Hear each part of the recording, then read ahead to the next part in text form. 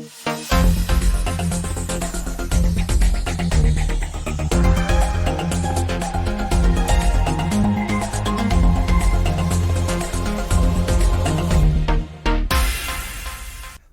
вие го следите неделното интервју на Радио Слободна Европа.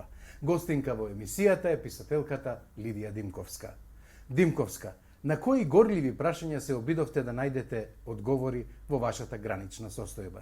Самиот наслов практично покажува дека песните од оваа книга се песни за смртта, за животот, за љубовта, за распаѓањето, за човекот, за човештвото, за сето она што е гранична состојба во нашето постоење. Апсолутно терминот гранична состојба се поврзува со филозофот Карл Јасперс, кој што и го воведе воопшто како термин во филозофијата и со кој што ги означува сите оние состојби во човековото постоење кои што не допираат и остануваат во нашето битие и пред се болни теми.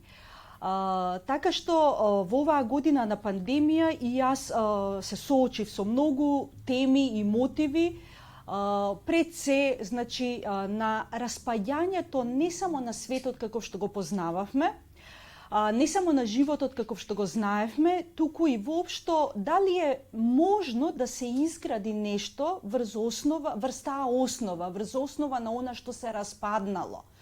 И се уште не знам дали е можно, меѓутоа се обидов преку моите песни да дадам одговори на некои од овие горливи прашања.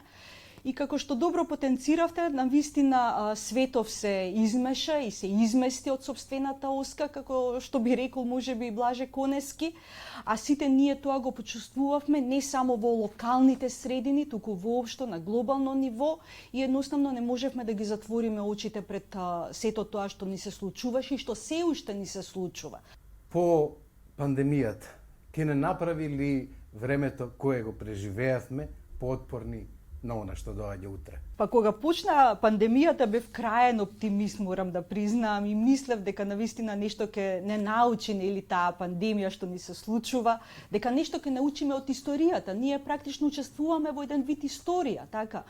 Меѓутоа, колку што поминува времето, се повеќе ми се чини дека нема да излеземе попаметни од оваа несреќа, од оваа катастрофа што му се случи на човечкиот род и на светот воопшто, туку едноставно ќе го продолжиме можеби животот таму каде што застана и ќе посакаме да биде ист како порано, иако мислам дека никогаш повеќе нема да биде се исто, затоа што пред се изгубивме ние многу луѓе. Значи, од Втората светска војна наваму човештвото и не се сеќава нели на толкав број загубени животи и тоа на едно глобално ниво.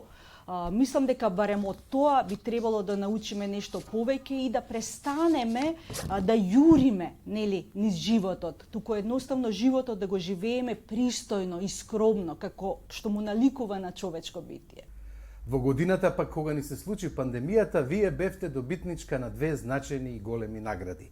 Една во Словенија, другата во Македонија. За жал, на кој што не можев дури ни физички на едната од нив не можев ни физички да присуствувам. Тоа е наградата на Инфрашири на меѓународниот поетски фестивал во Тетово, кој што се одржа во октомври минатата година и не можев да дојдам да ја примам наградата, но се надеваме дека овој октомври ќе биде многу подобар и ќе можам да дојдам повторно во Македонија, односно во Тетово и дека ќе можам едноставно да се израдувам конечно на оваа награда, бидејќи ми е многу важна, затоа што сум првата македонска поетеса, првиот македонски поет воопшто добитник на оваа голема и значајна награда според името и ликот и делото на големиот албански поет Наим Фрашери. Следната награда што ми се случи беше наградата Чаша на бесмртноста во Словенија и за среќа организаторите најдоа еден многу кус вакуум, временски вакуум во кој што можеше да се случуваат културни настани и едноставно можев и официјално да ја добијам оваа награда, која исто така е многу важна за мене, затоа што пак таму во Словенија сум првата македонска поетеса, односно првиот поет кој што не пишува на словенички јазик, а ја доби во оваа национална награда. Значи тоа не е награда за меѓународна поезија, туку е тоа награда за словеничките поети и поетеси. И на вистина во оваа чудна година, во оваа радикална година, ете се случија две убави нешта на кои што се израдував, но не онака како што би се израдувала нели во едни сосема нормални услови, во кои што можев да ја споделам таа радост и со останатите пријатели и мои блиски луѓе. Со оглед на тоа дека обете награди се награди и признанија големи и значајни за творештво кое е испишано на македонски јазик. Многу интересно дека и двете награди не само што ви значат вам, туку воопшто треба да изначат на македонската литература и култура. Особено затоа што многу пати знаете да кажете дека јазикот е вашата татковина. Апсолутно, да.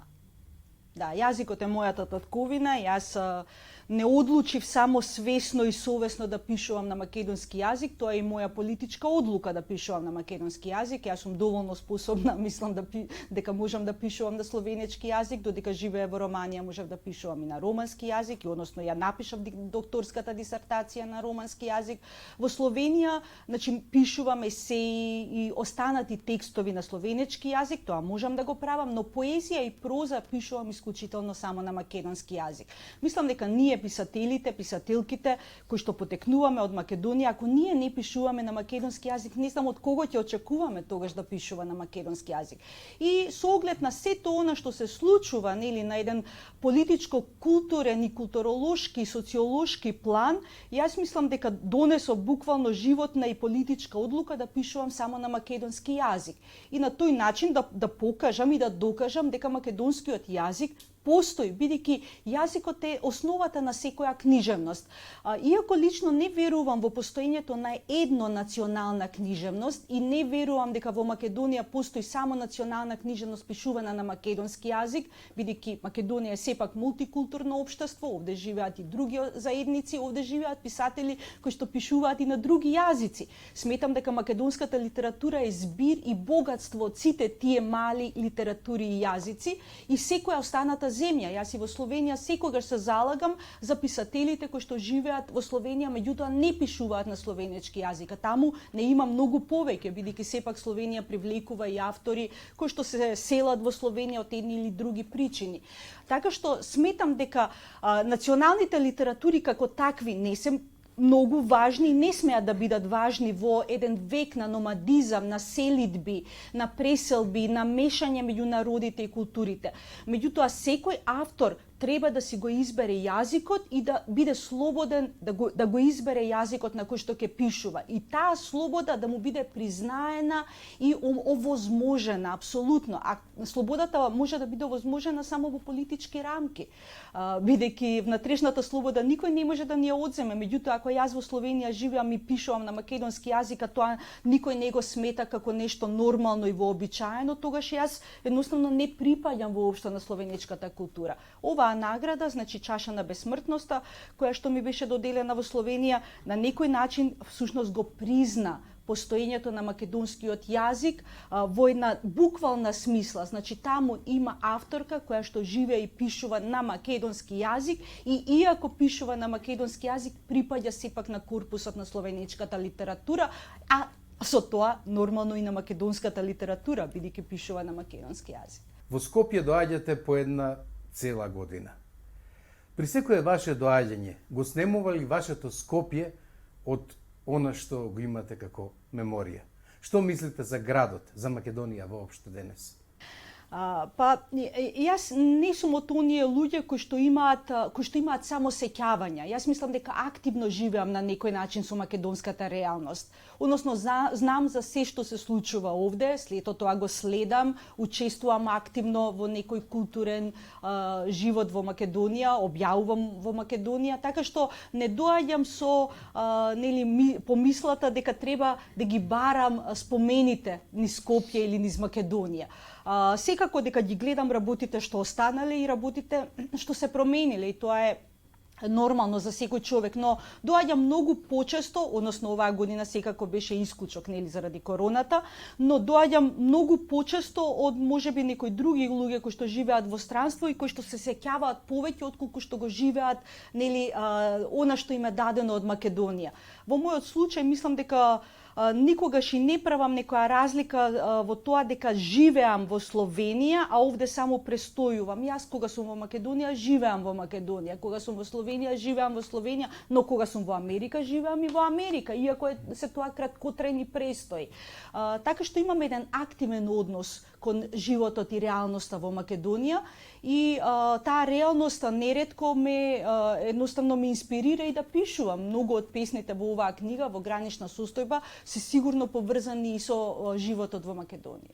Во Словенија живее бројна македонска заедница, многу писатели и уметници.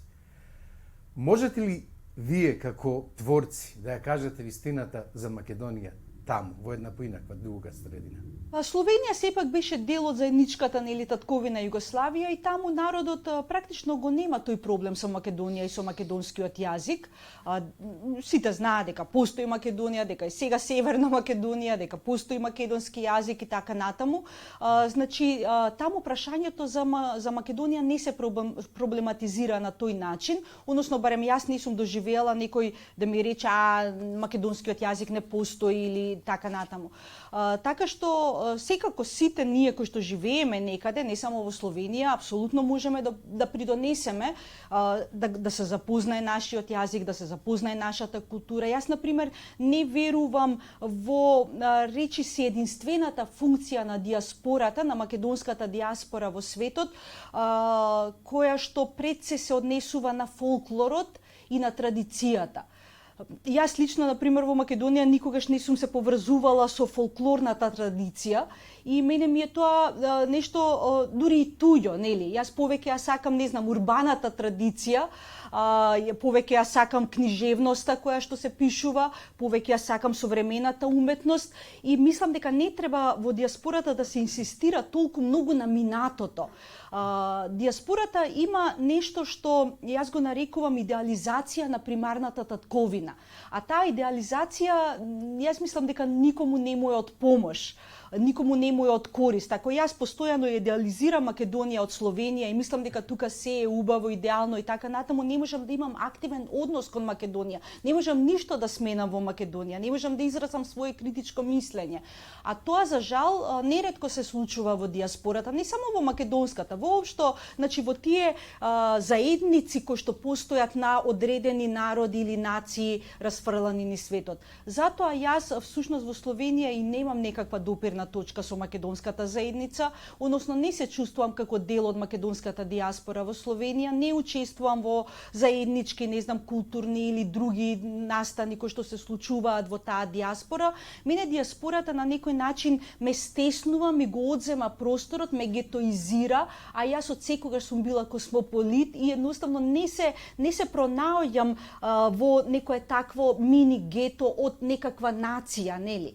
Така што мислам дека јас живеам во Словенија во македонскиот јазик пред се и дека македонскиот јазик за мене е мојата диаспора, мојата татковина и мојот дом. Но апсолутно постојат луѓе кои што се ангажирани во македонската заедница.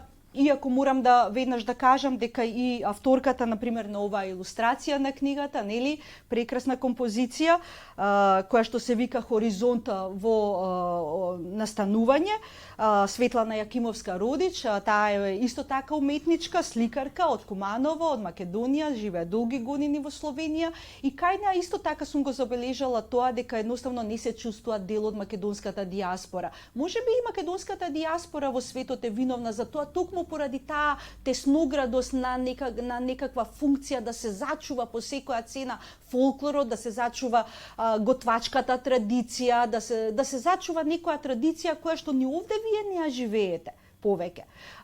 Така што јас мислам дека треба едноставно да се оди понатаму, да се гледа во иднината, да се зачува сето она што е вредно и стабилно, меѓутоа и да се надоградува со нешто ново. Ви благодарам на разговорот. И јас вам. А вам, почитувани гледачи, на вниманието за кое не следавте. До гледање.